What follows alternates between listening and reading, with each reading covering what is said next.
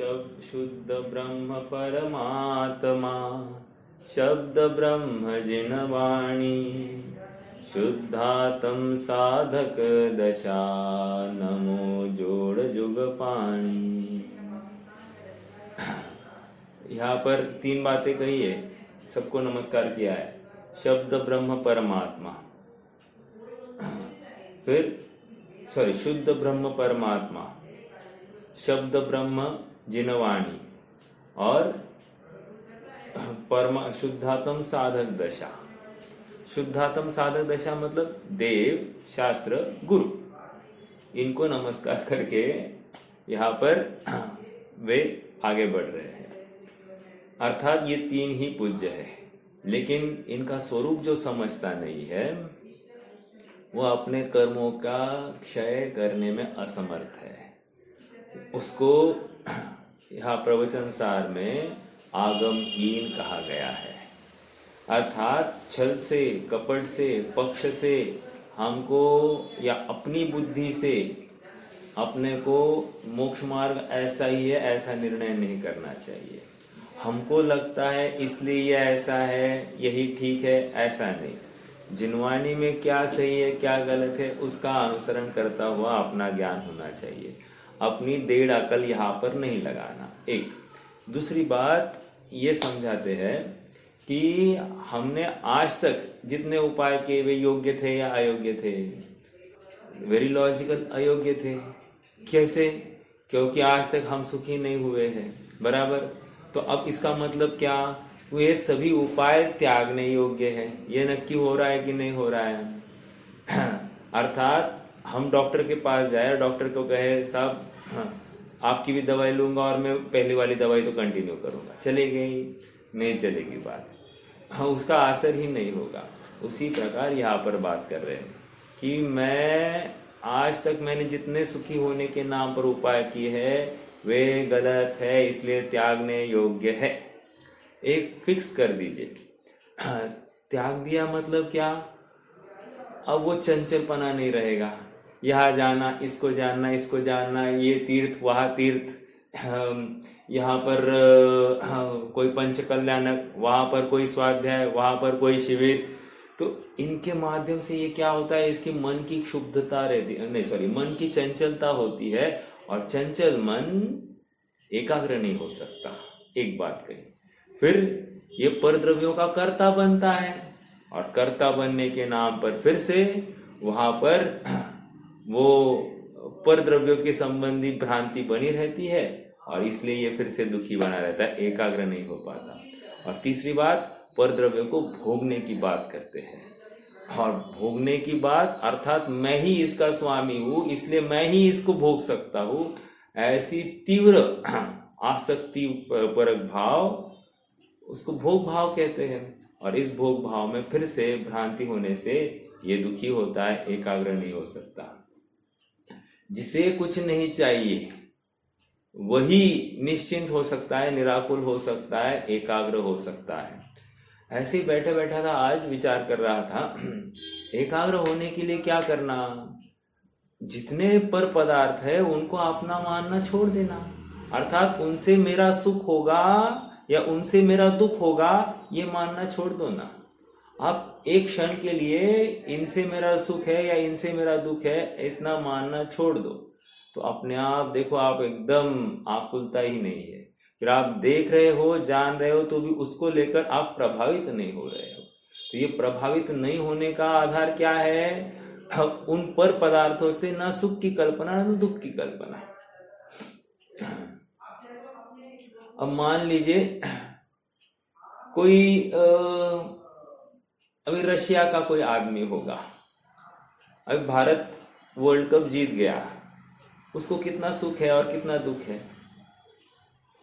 उसको ना सुख है ना दुख है, क्योंकि उसको कोई अपेक्षा ही नहीं है, उसको खेल ही नहीं समझता है। लॉजिकली यह मेरे लिए अकार्यकारी इतना ही समझ रहा है, तो ना सुख है ना दुख है और इसलिए वो एकदम तटस्थ है, राइट।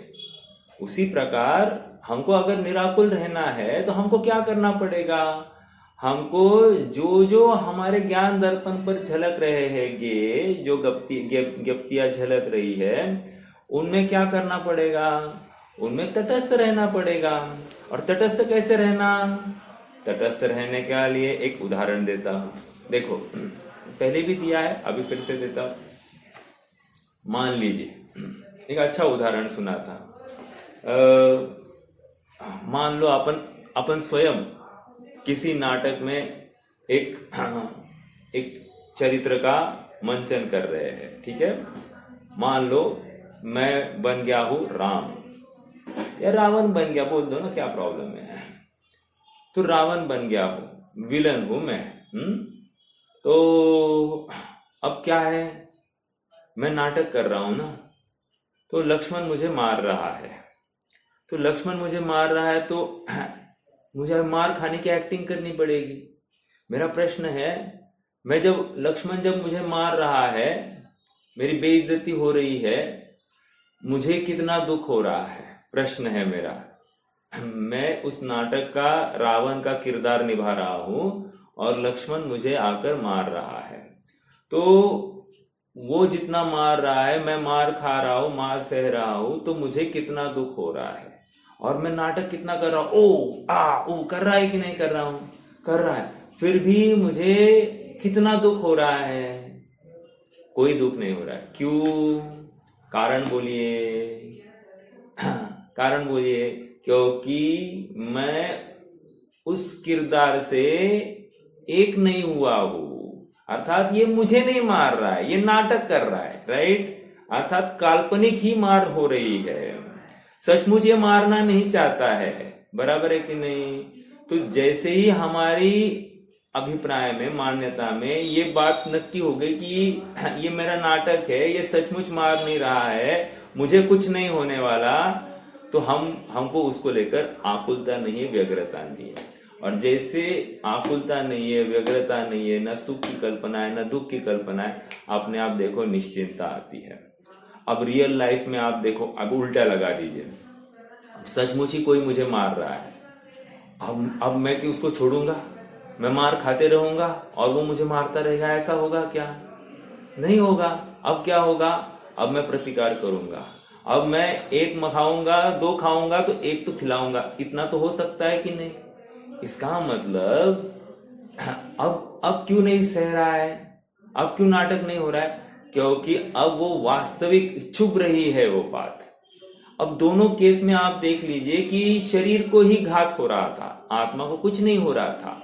बट एक में शरीर के प्रति अपनत्व है और एक में शरीर के प्रति भले अपनत्व होगा, लेकिन वो कुछ घात करने वाला नहीं है, इस मान्यता को लेकर है।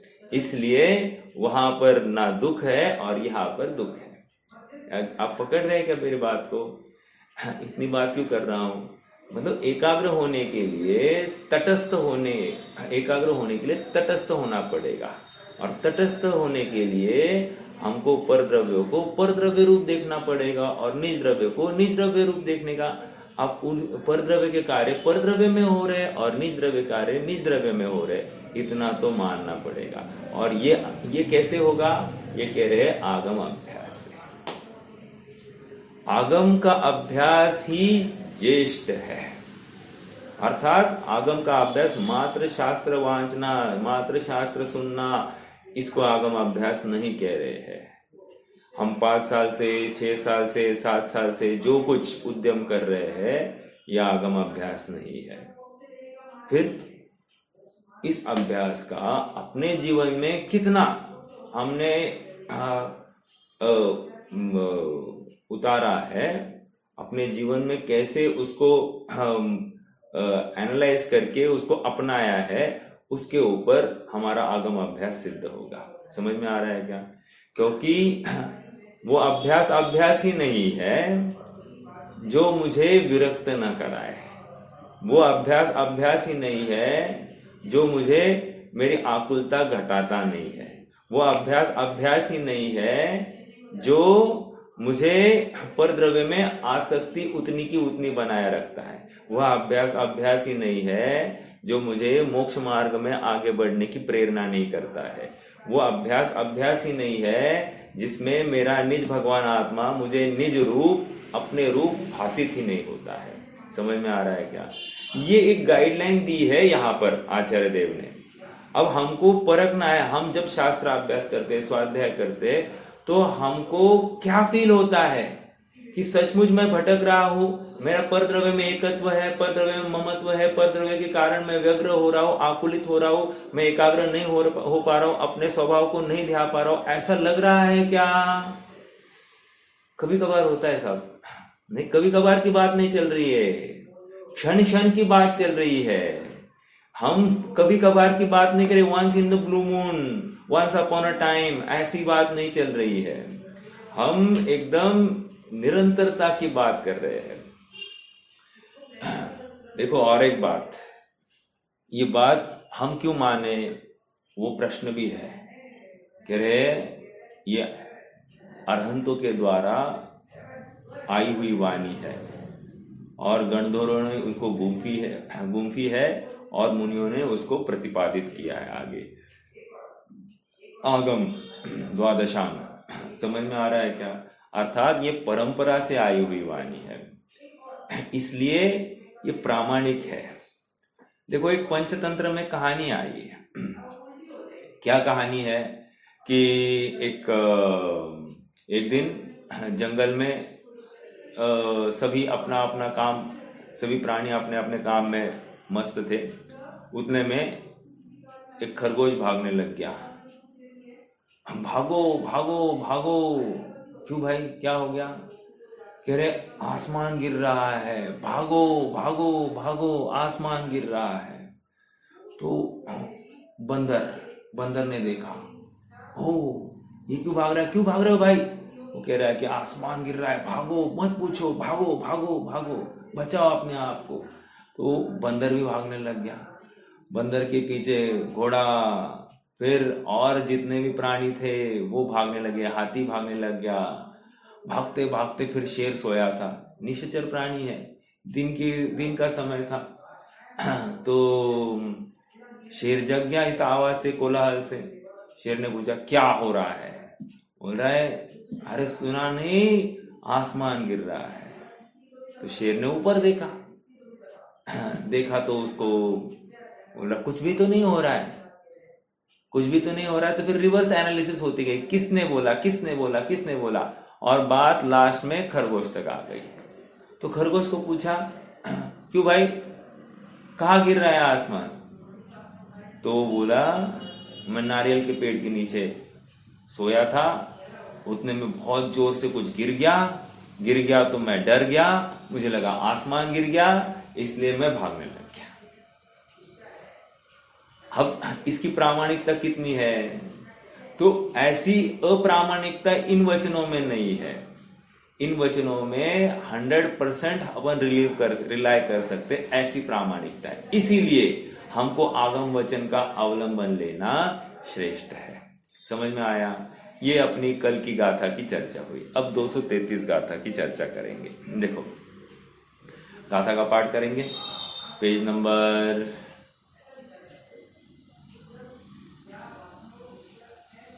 134, 134 पर आ जाइए।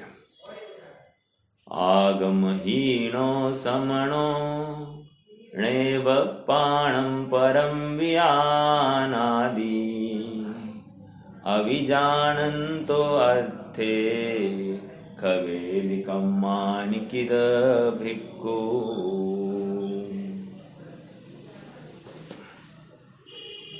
फिर से आगमहीनो समनो णेव पाणं परं वियानादि अविजानन्तो अर्थे खवेदिकं मानिकिद भिक्खु। हिंदी अनुवाद। जो श्रमण आगमहीन है वे स्वपर को नहीं जानते, वे कर्म क्षय कैसे करे जो स्वपर को नहीं जानते।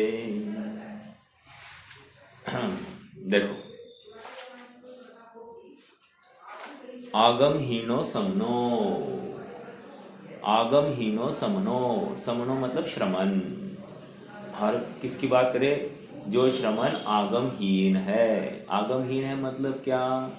आगम की आज्ञा से बाहर है या आगम के परिज्ञान से रहित है।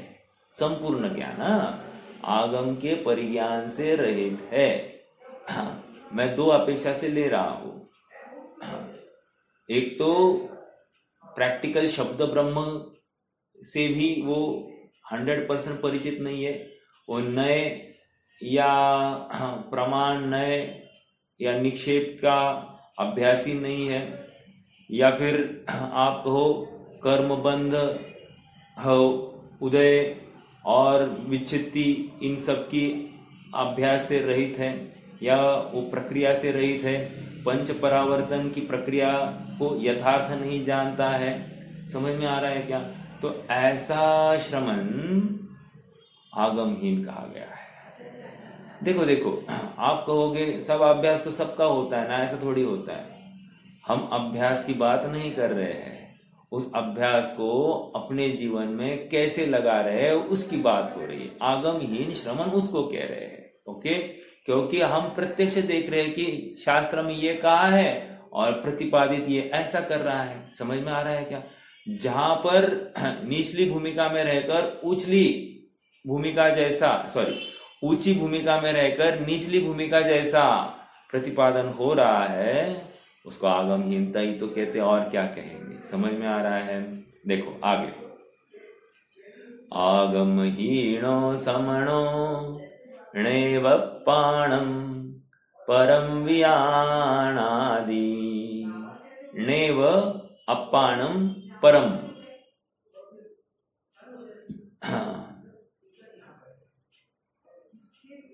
तो नैवम अपाणम परम, इसके परम के दो अर्थ किए। परम का एक अर्थ उत्कृष्ट ऐसा भी होता है, और परम का अर्थ पर पदार्थ ऐसा भी होता है। तो कह रहे हैं नहीं अपानम और परम व्यानादि। व्यानादि मतलब जानता है। तो कह रहे हैं ये आत्मा और पर को नहीं जान रहा है। अपानम मतलब स्व, और पर दोनों को नहीं जान रहा है। नीचे इसमें अनुवाद में आया ना, स्वपर को नहीं जानते। तो जानते का कहाँ से लिया? व्यानादि। आगे, अभिजानन्तो अर्थे। अभिजानन्तो, अ मतलब नहीं जान रहा है, अर्थे अर्थ को जो नहीं जान रहा है। अर्थ मतलब पदार्थ है ना। अभिजानन्तो अर्थे खवेदिकं माणिकिद भिक्खु।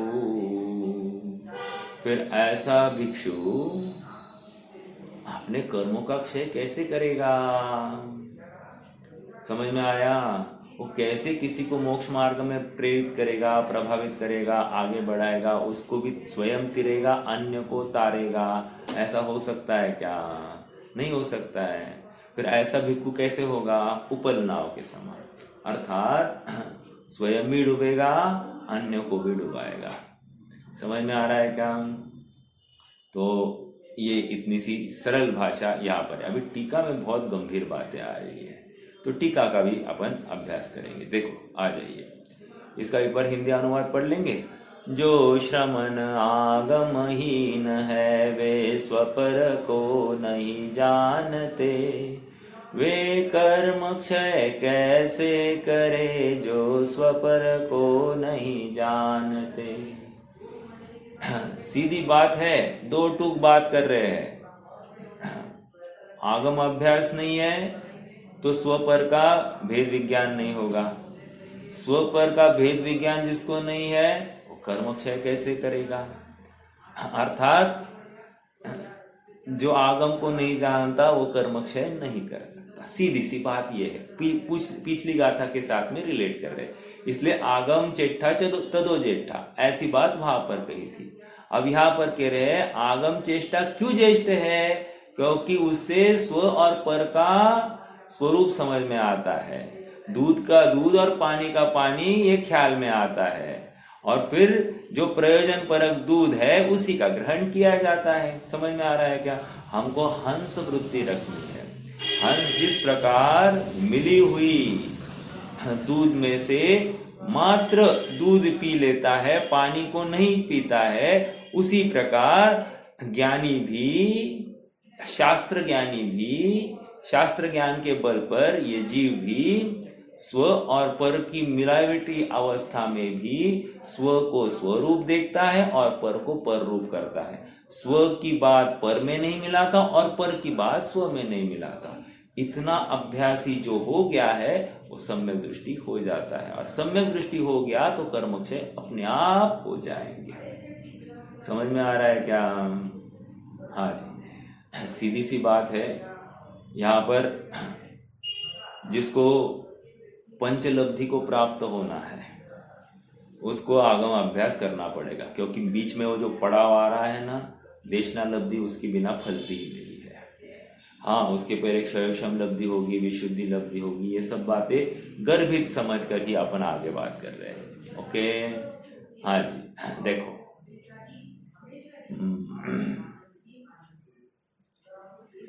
आगमहीन श्रमण आत्मा अर्थात स्वयं को और पर को नहीं जानता, स्वपर पदार्थों को नहीं जानने वाला भिक्षु कर्मों का क्षय किस प्रकार कर सकता है? प्रश्न खड़ा किया गया है। ओके, अर्थात हमारे लिए सोच के लिए एक थॉट दिया जा रहा है। और एक बात मैं इस मुकाम पर आप सबके साथ साझा करना चाहता हूं। देखो, जब भी हम शास्त्र अभ्यास करते हैं या कोई प्रकरण सुनते हैं, पढ़ते हैं, तो हमको इस प्रकरण को पढ़कर या कोई उदाहरण आ गया शास्त्र में या वक्ता के कथन में, तो उस उदाहरण में के आश्रित जो पर्टिकुलर व्यक्ति होगी ना, उस व्यक्ति को दोष के कटघरे में खड़ा कर कर हम आनंद मानते हैं। पकड़ना इस बात को। तो ये भी योग्य आगम अभ्यास नहीं है। समझ में आ रहा है क्या? क्योंकि उदाहरण तो शिक्षा मात्र था, और हमको किसी अन्य का उदाहरण प्रकरण में आ गया, इसलिए आनंद मानने की भी बात नहीं थी। क्यों? क्योंकि अनादिकाल से मैं भी ऐसे ही भटक रहा हूं, मैं भी ऐसी गलतियां कर रहा हूं। आज सामने वाला कोई तीसरा थर्ड पर्सन कोई गलती कर रहा है, तो इसमें आनंद मानने की क्या बात है? एक बात। दूसरी बात, ये आगम अभ्यास स्व को आगे रखकर पढ़ा जाता है, अर्थात अपने को आगे करके ये पढ़ा जाता है, किसी थर्ड पर्सन को आगे करके पढ़ा नहीं जाता। और जब जब थर्ड पर्सन को आगे करके पढ़ा जाएगा, 101% इसको स्वपर का भेद विज्ञान संभव नहीं है। भले ही शास्त्राभ्यास के नाम पर इसका क्षयोक्षम बढ़िया हो जाए, इसमें विरोध नहीं है, लेकिन इसका स्वपर भेद विज्ञान संभव नहीं है, क्योंकि इसने अपने आत्मा को लास्ट रखा है और दूसरे के आत्मा को सामने रखा है, और उसको परख रहा है, ये सही कर रहा है, गलत कर रहा है, सही कर रहा है, गलत कर रहा है, ये यहाँ पर गलत कर रहा है, यहाँ पर गलत कर रहा है। अर्थात दूसरों की गलतियों को ढूंढने के लिए एकदम पुरुषार्थी हुआ है। राइट? इसी को 8 गुणों के माध्यम से क्या कहा जाएगा? उपगुहन, उपब्रुहन। अरे अपनी गलतियों को देखना था और दूसरों की गलतियों को छिपाना था। कितना बड़ा अंग है, आप नहीं समझ रहे होंगे। आप थोड़ा चिंतन करना कि अब अपना दिन भर है ना, हम दूसरों की गलतियों को ही परखने में डालते हैं, अपन कहाँ गलत हो रहे यही नहीं समझ रहे हैं। ओके, देखो, एक व्यक्ति था, व्यक्ति ने एक नियम लिया था कि मैं 10 जनों को पढ़ाऊंगा। क्यों साहब? उसके बिना मैं भोजन नहीं करूंगा। ठीक है, काफी दिन तक उसका ये नियम पलता रहा। योग से उसको 10-10 व्यक्ति मिलते रहते, पढ़ाता और फिर भोजन करता। अच्छा है कि नहीं? परोपकार की भावना। लेकिन गलत। एक दिन 9 जन ही हुए, 10वां मिल नहीं रहा था, ढूंढ ढूंढ के परेशान हो गया। यहाँ पर पेट में कौवे चूहे सब दौड़ने लग गए। अब क्या करे? इतने में श्रीमती जी आ गई, बोली कि चलो जी बहुत देर हो गया। बोला नहीं, मेरा नियम है, मैं 10 जनों को पढ़ाए बिना मैं भोजन नहीं करूँगा। अब ये क्या है, क्रियाकांडी हो गया है। समझ में आ रहा है क्या?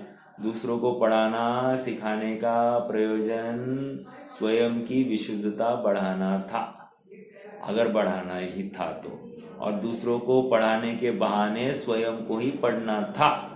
पॉइंट नंबर 2 समझ में आ रहा है क्या? 2 बातें कही, एक तो अपनी विशुद्धि बढ़े और जो आगम की बातें हैं वो अच्छी मंजी जाए, उसकी क्लैरिटी और बढ़े। दूसरी बात, उनके बहाने स्वयं को अपन बोध देते रहे, उपदेश देते रहे।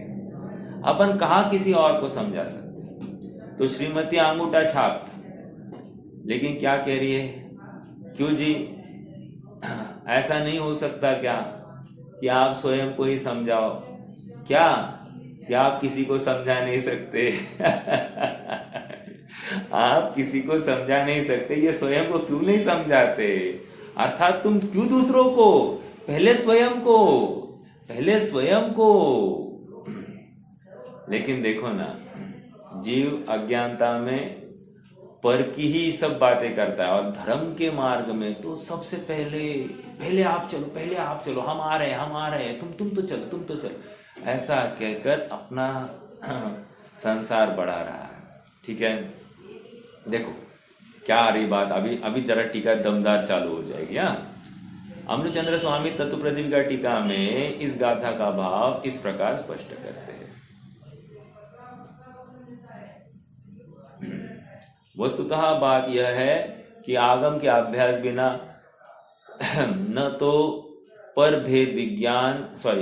स्वपर भेद विज्ञान होता है, न त्रिकाली ध्रुव निज आत्मा का ही ज्ञान होता है।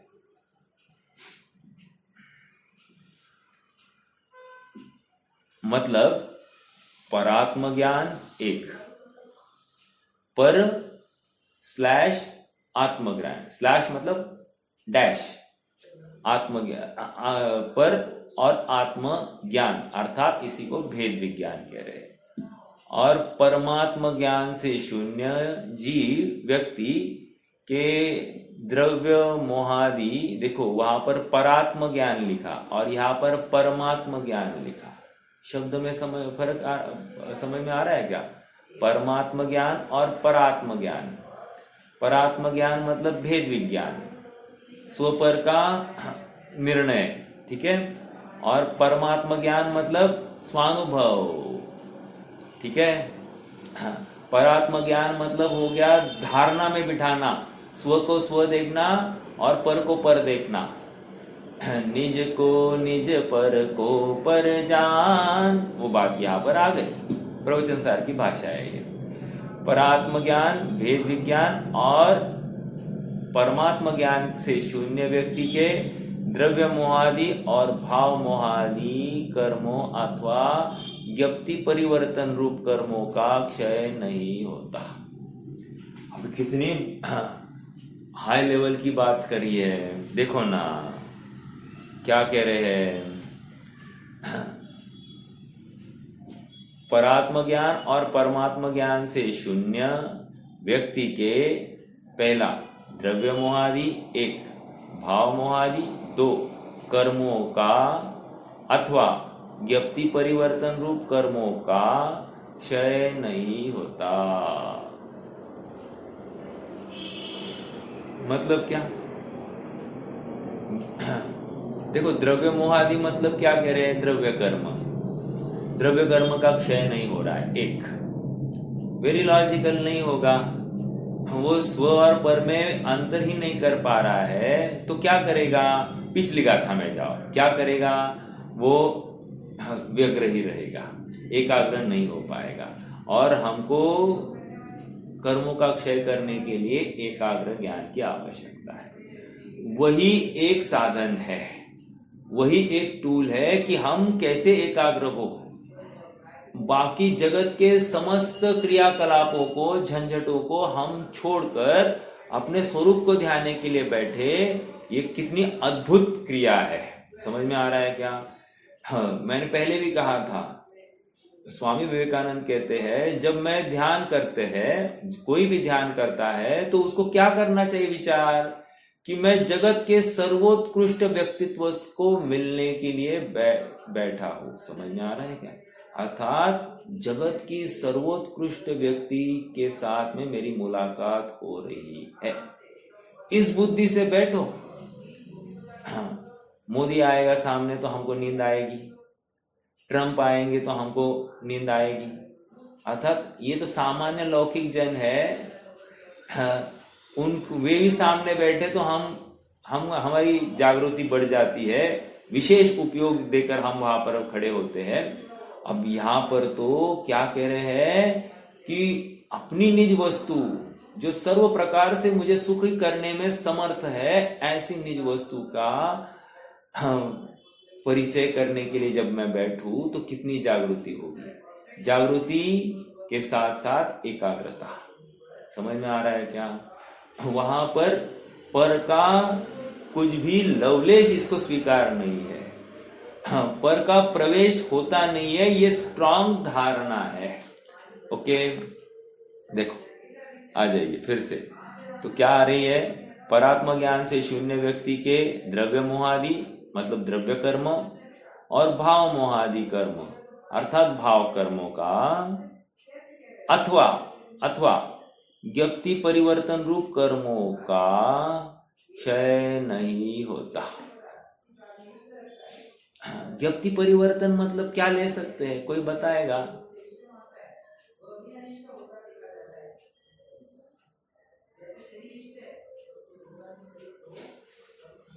ज्ञप्ति परिवर्तन रूप कर्मों का।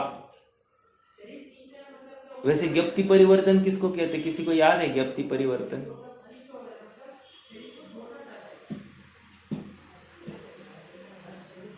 किसी को नहीं?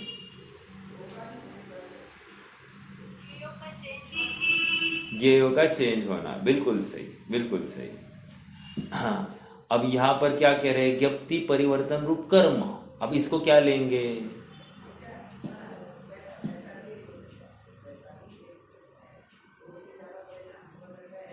करो ना, विचार करो ना, थोड़ा सा अच्छा विचार करो तो आपको और मजा आएगा। बोलिए, कोई बता सकता है?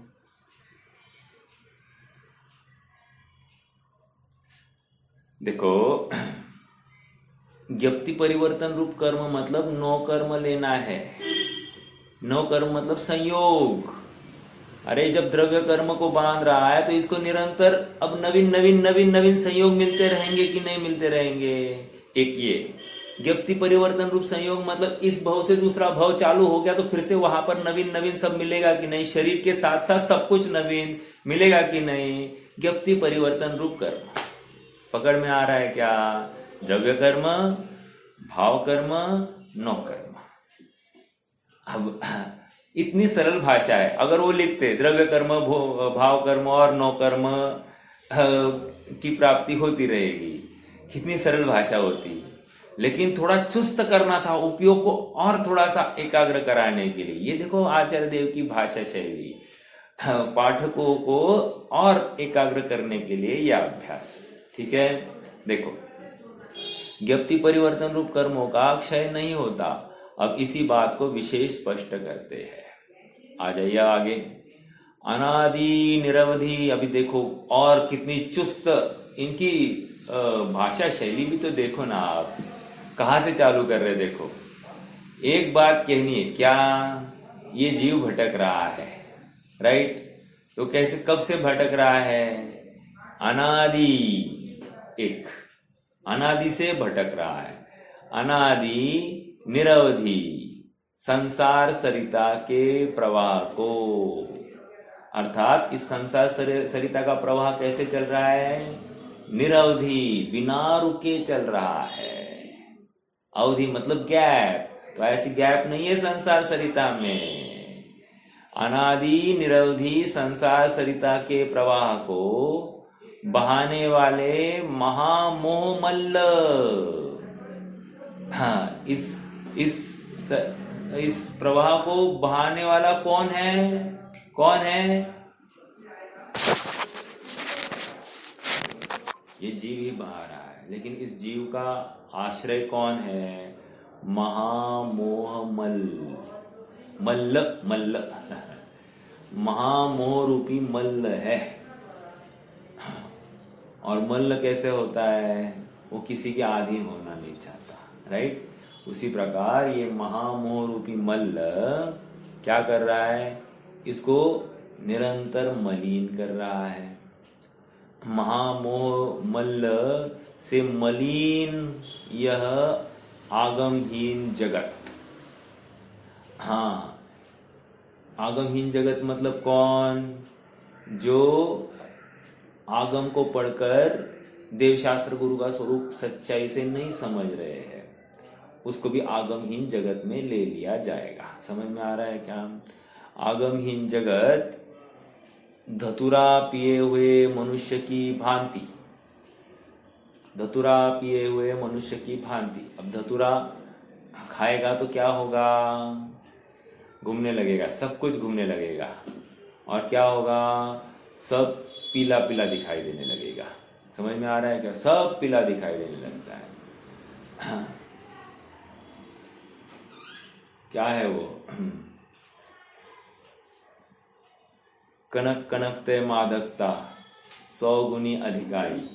क्या कहा? फिर से, कनक कनकते मादकता 100 गुनी अधिकारी, एक खाए बौरात एक पाए बौरात। क्या कहा? कनक कनक। हाँ, अभी कनक मतलब क्या? पहला कनक है धतूरा, दूसरा कनक क्या है? सोना। कनक कनकते मादकता, दोनों से क्या होता है? मादकता होती है, ठीक है? लेकिन मादकता में थोड़ा सा अंतर है। कह रहे एक खाए बौरात, मतलब एक मतलब धतूरा खाने से पागल हो जाता है, मतलब चकरा जाता है, ठीक है? और एक पाए बौरात, एक की प्राप्ति में, सोने की प्राप्ति में ही ये पागल हो जाता है, नाचने लगता है, मैं बहुत बड़ा, मद से झूम जाता है। समझ में आ रहा है क्या? तो ये कनक कनक तय मादकता 100 गुनी अधिकाई, और दूसरी बात क्या करे? 100 गुनी अधिकाई, मतलब कह रहे धतूरा खाने से जितना पागल हो गया है, बौरा हो गया है, उससे अधिक 100 गुना अधिक पागल सोना प्राप्त होने के बाद में हो जाता है। समझ में आ रहा है क्या? कैसे कोसा है ना? मतलब एक एक वचन अपने ज्ञानियों के देखने पड़ेंगे तो यह संसारी जीव कहाँ अटका है, कहाँ वो यश प्रतिष्ठा और शाश्वतपना ढूंढ रहा है, वहां पर है ही नहीं ना। और ये क्यों हो रहा है? ये इसीलिए हो रहा है क्योंकि स्वपर का भेद विज्ञान नहीं है। समझ में आ रहा है क्या? स्वपर का भेद विज्ञान क्यों नहीं? क्योंकि आगम अभ्यास नहीं, खत्म। अब हम शास्त्र अभ्यास करके भी अगर ऐसा ही पागलपन कर रहे होंगे तो कह रहे हमको भी आगम अभ्यास नहीं है। पकड़ में आ रहा है क्या? ये चोट है, कोई थर्ड पर्सन नहीं पकड़ना, स्वयं को खड़ा करना और स्वयं को पूछना, क्यों भाई आज क्या क्या हुआ? क्या क्या हुआ, क्या क्या किया, कहाँ घूम के आया? कहाँ घूम के आया मतलब अरे परिणामों से सब पूरे विश्व में घूम के आ सकता है ये जीव। मन रूपी बंदर इतना चंचल है, सब जगह पर घुमा के लेके आता है। तो पूछना कहाँ कहाँ घूम के आया, किसके किसके साथ बातें की, क्या क्या करने के भाव किए, ये सब बातों में तुम्हें अपना आत्मा दिखाई दिया है या विषय कषाय दिखाई दिए? यदि विषय कषाय दिखाई दिए तो उससे उपलब्धि क्या हो गई? नवीन कर्म बंध, अर्थात द्रव्य कर्म हो गए। द्रव्य कर्म के पीछे जो परिणाम हुए हैं वे भाव कर्म भी बने रहे। अब इसको लेकर क्या होने वाला है? तुझे नवीन ज्ञप्ति परिवर्तन रूप कर्म प्राप्त हो जाएंगे, अर्थात नौ कर्म की भी प्राप्ति हो जाएगी। Don't worry. समझ में आ रहा है क्या? अर्थात तेरा संसार तथास्तु, प्रकृति निरंतर तथास्तु कह रही है, तू भावना क्या भा रहा है? तथास्तु तथास्तु। समझ में आ रहा है क्या? हाँ, इतनी बात है। कोई कहे मैं राजा बनूं, इसको तथास्तु नहीं बोल रहे। राजा मतलब बड़ा भिखारी। समझ में आ रहा है क्या? तो इस कदर का भिखारी बना देते कि ये एकदम असहाय, निर्धन ऐसा हो जाएगा। ठीक है, चलिए। अनादि निरवधि संसार सरिता के प्रवाह को बहाने वाले महामोह मल्ल के मलिन से मलिन यह आगमहीन जगत, महामोहातंक, वहां पर भी महामोह शब्द देखो, ये महा शब्द क्या दे रहे हैं, किसका परिचायक है? मात्र मोह नहीं कहा, बहुत बड़ा शत्रु है, बहुत बड़ा मल्ल है। क्यों ऐसा बहुत बड़ा? अनादिकाल से इसने दबा कर रखा है, आज से थोड़ी दबाया है। हमको एक हाथ भाव में कोई हमको अपने अंडर रखे मतलब उसकी देखरेख में रखे और उसकी अधीनता में रखे। तो हमको कैसे लगता है? हिटलर बोलते कि नहीं अपन, हिटलर बात नहीं चलेगा यहाँ पर, हम किसी के नीचे दबकर नहीं रह सकते, रखता है कि नहीं? और ये स्वयं इस मोह के अधीन होकर पर विषयों में, पदार्थों में स्वयं को स्वाहा कर देता है। समझ में आ रहा है क्या? इसलिए जो प्रत्यक्ष दिखने वाली बेड़ी है ना, उससे कई गुना अधिक ये मोह रूपी बेड़ी है। समझ में आ रहा है क्या? प्रत्यक्ष बेड़ी तो कदाचित इस भाव के लिए है, लेकिन जो मोह रूपी बेड़ी है ना, अनंत अनंत भव अपने को भटकाने के लिए बस काफी है। और इतना ही नहीं, इस भव में भी तो दुखी करती ही है। मोह रूपी बेड़ी इस भव में भी दुखी कर रही है और भविष्य में भी करेगी। समझ में आ रहा है क्या? हाँ, ये मोह रूपी बेड़ी दिखाई नहीं देती, हाँ, और वो प्रत्यक्ष दिखाई देती, ये बंधन में है। लेकिन मोह रूपी बेड़ी एकदम स्वाधीन भटकता हुआ भी बंधन को में महसूस करता है। समझ में आ रहा है क्या?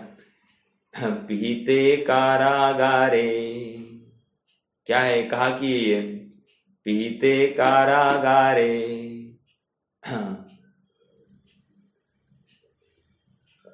बात यह है वहां की, एक व्यक्ति है, वो उसकी जस्ट नई नई शादी हुई है और योग ऐसा बना कि किसी कारणवश उसको कारागृह में डाला गया है। कोई अपराध में होगा या कुछ होगा। तो अब वो कारागृह में बैठा है, और कारागृह कैसा है? अंधेरी कोठड़ी है। अंधेरी कोठड़ी मतलब क्या?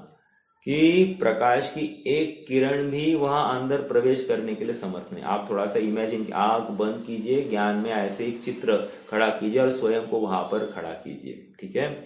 और जहां पर एक प्रकाश की किरण भी प्रवेश करने के लिए समर्थ नहीं।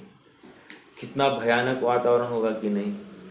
अब ये क्या कह रहा है देखो, हाँ, कह रहे हैं कि प्रकाश की किरण तक यहाँ पर प्रवेश नहीं कर रही है। और सुनो, प्रकाश की किरण ही नहीं, अमावस की रात है। अमावस की रात है मतलब अब कोई चांस नहीं है प्रकाश का। अब बोलो, कह रहे ऐसी अवस्था में ये कह रहा है कि मुझे मेरी प्रियतमा का चेहरा स्पष्ट दिखाई दे रहा है। ये क्यों दिखाई दिया है? प्रश्न है मेरा आप सबसे। इस प्रश्न से आपको आत्मा का भी रूप फटाफट दिखाई देना चाहिए। इतनी पराधीन अवस्था में बैठा हुआ वो जीव है, अंधेरा अंधेरा अंधेरा है, कहीं प्रकाश की कोई एक किरण भी नहीं है, अमावस की रात है और एकांत में बैठा है। देखो एकांत की बात है, कोई डिस्टरबेंस नहीं है और इसको बराबर अपनी प्रियतमा दिखाई दे रही है, स्पष्ट दिखाई दे रही है। हाँ, प्रश्न है क्यों दिखाई दे रही है? बस बरोबर, दो बातें आ गई। ज्ञान का स्वभाव ही ऐसा है कि वो कुछ न कुछ जाने, एक, और ज्ञान हमेशा उसी चीज को यूजुअली जानता है या ध्याता है जो उसको अच्छी लगती है, बराबर। तो ये बिना चाहे भी उसको बराबर उसकी प्रियतमा उसको दिखाई दे रही है। अब प्रियतमा के बदले आप अपना आत्मस्वरूप सामने रखो। उपयोग नामक पर्याय है, उपयोग नामक ये ज्ञान पर्याय, उस ज्ञान पर्याय ने अंधेरी कोठड़ी में बैठी है ये, और ये अब क्या कर रही है, अपने आत्मा का चेहरा इसको प्रत्यक्ष दिखाई दे रहा है। दिखाई दे सकता है क्या? तथापि कांताननम व्यक्तम, कांता का आनंद, आनंद मतलब चेहरा, तथापि कांताननम व्यक्तम, एकदम स्पष्ट व्यक्त है। वैसे ही मुझे अपना आत्मा का चेहरा स्पष्ट दिखाई दे रहा है। ऐसा हो सकता है क्या? हो सकता है। कैसे? तीव्र रुचिवश। समझ में आ रहा है क्या? ऐसी रुचि होगी तो मुझे आत्मा दिखाई। इसी को तो सम्यक ज्ञान कह रहे हैं। क्यों?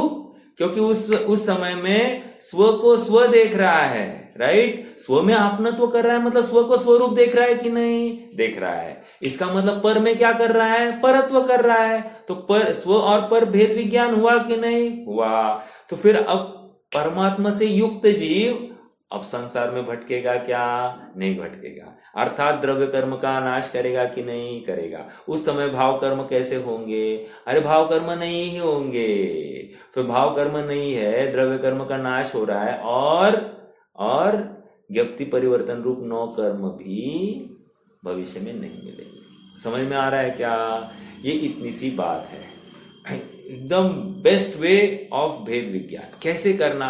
और सुनिए, सम्यक दर्शन कोई मुश्किल टास्क नहीं है। हमने उसको मुश्किल मान के रखा है, ये हमारी प्रॉब्लम है।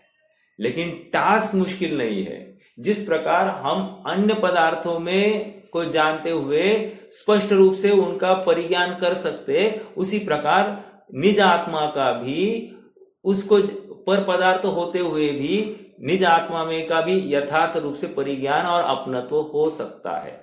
जिस प्रकार पर पदार्थों का परिज्ञान वे सामने नहीं होते हुए भी उनका स्पष्ट परिज्ञान किया जा सकता है, और अन्य पदार्थ होते हुए भी ये प्रयोजन परक पदार्थ ध्याया जा सकता है, तो अपना आत्मा क्यों नहीं ध्याया जा सकता? ये प्रश्न है।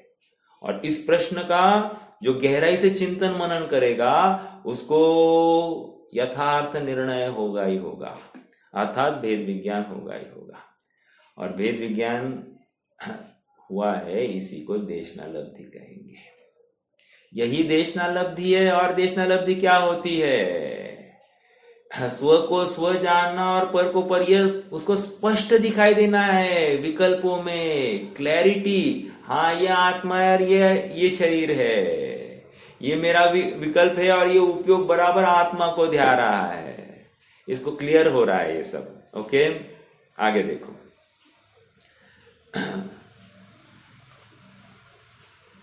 धतूरा पिए हुए मनुष्य की भांति विवेक के नशा को प्राप्त होने से विवेक शून्य ज्ञान ज्योति।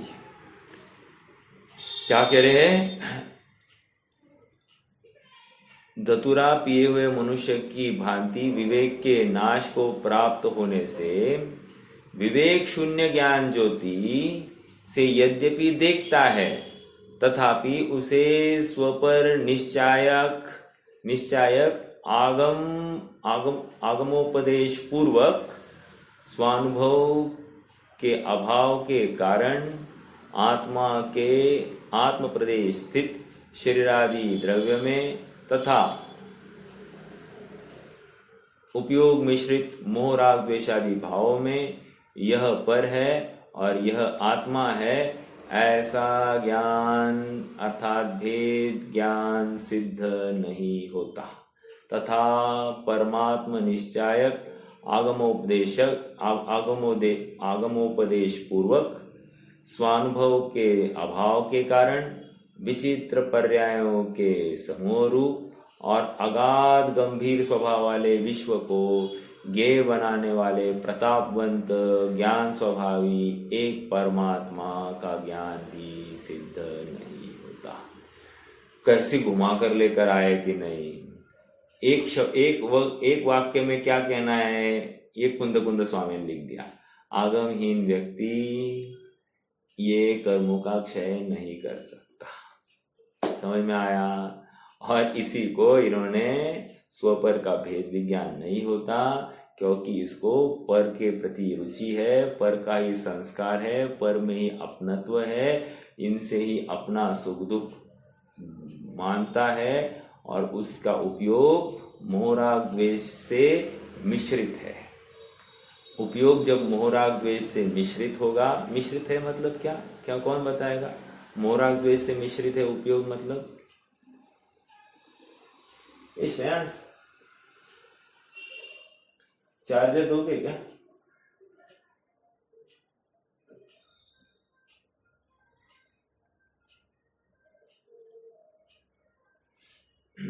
देखो, मोहराग द्वेष से मिश्रित मतलब ज्ञान की पर्याय में वहां पर मोह से युक्त जानना हो रहा है, अर्थात मोह प्रभावित है। अपन कहते हैं ना, जैसे कोई अपने साथ बात करे तो अपन इतना तो कहते हैं ना कि ये तुम्हारी बात नहीं हो सकती, तुम किसी और की भाषा बोल रहे हो। किसकी भाषा बोल रहे हो बोल दो, मतलब तुम ये बात नहीं कर सकते। तो उसका बोलने का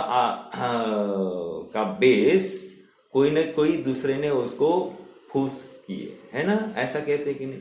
तो उसके मुख, उसकी बातें इसके मुख से आ रही, उसी प्रकार ज्ञान के मुख से मोहराग द्वेष व्यक्त हो रहा है, ऐसा बता रहे। समझ में आ रहा है? ज्ञान उपयोग मोहराग द्वेष से मिश्रित होता हुआ यह पर है, होने से क्या हुआ, यह पर है, यह आत्मा है, ऐसा परिज्ञान अर्थात भेद ज्ञान सिद्ध नहीं होता, अर्थात सिद्ध नहीं कर पाता। तथा परमात्म निश्चायक आगमोपदेश पूर्वक, परमात्म निश्चायक मतलब क्या? अरे भगवान जिनेन्द्र द्वे द्वारा देखकर जानकर परखी हुई, परफेक्ट, उनके केवल ज्ञान में एकदम सिद्ध हुई ऐसी सब बातों को आगम उपदेश पूर्वक स्वानुभव के अभाव के कारण विचित्र पर्याय के समूह रूप और अगाध गंभीर स्वभाव वाले विश्व को गे बनाने वाले प्रतापवंत ज्ञान स्वभावी एक परमात्मा का ज्ञान भी सिद्ध नहीं होता। अर्थात आत्मानुभव के काल में या स्वानुभव की दशा में अगाध गंभीर स्वभाव वाले विश्व को गे बनाया जाता है। गे बनाया जाता है मतलब क्या? यह मैं नहीं, इसको गे बोल दिया। समझ में आया? ये मेरे लिए सुख का कारण नहीं, ये मेरे लिए दुख का कारण नहीं, इसको गे बोल दिया। समझ में आ रहा है? तो अगाध स्वभाव वाले विश्व को गे बनाया, और क्या क्या हुआ आगे? प्रतापवंत बनाने वाला कौन है? ज्ञान स्वभावी एक परमात्मा। और ऐसे परमात्मा का ज्ञान इसको नहीं होता है। क्यों नहीं होता है? क्योंकि मोह राग द्वेषादि भावों से इसका उपयोग मिश्रित हो गया। समझ में आ रही बात? आगे बढ़ेंगे थोड़ा सा। हाँ, इसी को दो तीन बातें हैं। संयम्यकरण ग्राम मेकाग्रत्वेन चेतस, एक बात तो ये आ गई। दूसरा, यहां पर और एक छंद कैसा बैठेगा? मोहेन संवृत्तम ज्ञानम स्वभावम लभते नहीं। मोह से संवृत्त अर्थात मोह ने जिस ज्ञान को आवृत्त किया है। आ गई बात यहां पर मोह मिश्रित ज्ञान उपयोग, और यहां पर मोह मिश्रित मोहेन संवृत्तम ज्ञानम, वो उस ज्ञान को मोह की मादक नशा चढ़ गई है। समझ में आया? मोहेन संवृत्तम ज्ञानम स्वभावम लभते नहीं, मत्त पुमान पदार्थानाम यथा मदन को द्रवे। वहां पर कोदे के धान्य होते हैं, उसको खाने से कहते हैं कि मादकता चढ़ती है। हाँ, वो ठंड के दिनों में नॉर्थ साइड में उसका सेवन किया जाता है। ठंड के दिनों में उससे उष्णता भी ज्यादा बढ़ती है, तो ठंड के का प्रतिकार करने के लिए वहां पर वो यूज होता है। हाँ, यहाँ पर क्या कह रहे हैं, जिस प्रकार कोदे का सेवन करने से मादकता होती है, मादकता में उन्मत्तता होती है, उसी प्रकार ये ज्ञान जब मोह से आवृत्त होता है, मोह मतलब कोदा और जीव मतलब ज्ञान, तो कह रहे अब वो ज्ञान भी मादक हो गया है, उन्मत्त हो गया है, उसकी उन्मत्त चेष्टाएं चलती है। समझ में आ रहा है? पंडित जी इनकी भाषा में क्या है, मोह से युक्त जीव कभी माँ को माँ कहता है, कभी माँ को पत्नी भी कहता है, कोई ठिकाना नहीं। और कदाचित माँ को माँ भी कहे तो उसका ज्ञान सम्यक ज्ञान नहीं, मिथ्या ज्ञान ही है। समझ में आ रहा है? ये एक बात कही। अगर तत्वार्थ सूत्र में देखना है तो क्या है, क्या है सूत्र? उन्मत्तवत्, क्या है वो? सदसतोर विशेषाद दृच्छोपलब्धि उन्मत्तवत्, ये तत्वार्थ सूत्र का मेरे ख्याल से वो मति श्रुत ज्ञान, कुमति को श्रुत ज्ञान कैसा है, सत और असत के विवेक से रहित, उन्मत्त की भांति वर्तता है। समझ में आ रहा है क्या? अर्थात मोह से मिश्रित ही वो ज्ञान है। अगेन वहां पर भी वही बात है। देखो अपन ने कितने शास्त्रों के साथ में इसका कंपैरेटिव स्टडी किया, ठीक है? इसको क्या कहते हैं, इसको क्या कहते हैं?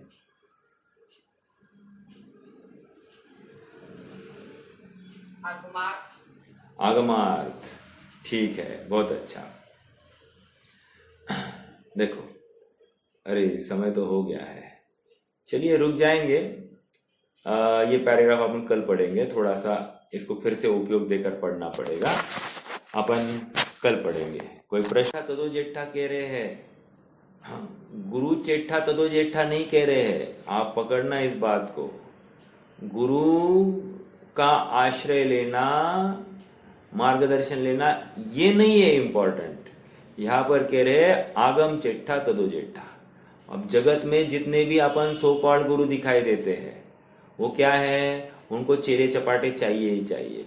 इसलिए वे कहेंगे गुरु चेष्टा के बिना कुछ भी नहीं हो सकता, गुरु के बिना कुछ नहीं हो सकता। वो बार बार शिष्यों को यही बताएंगे। लेकिन आचार्य देव ने गुरु के अधीनता से भी यहाँ पर मुक्ति करा दी है। समझ में आ रहा है क्या? गुरु है, मिल जाए तो ठीक, लेकिन उनकी खोज में किसी गलत गुरु के पास नहीं जाना।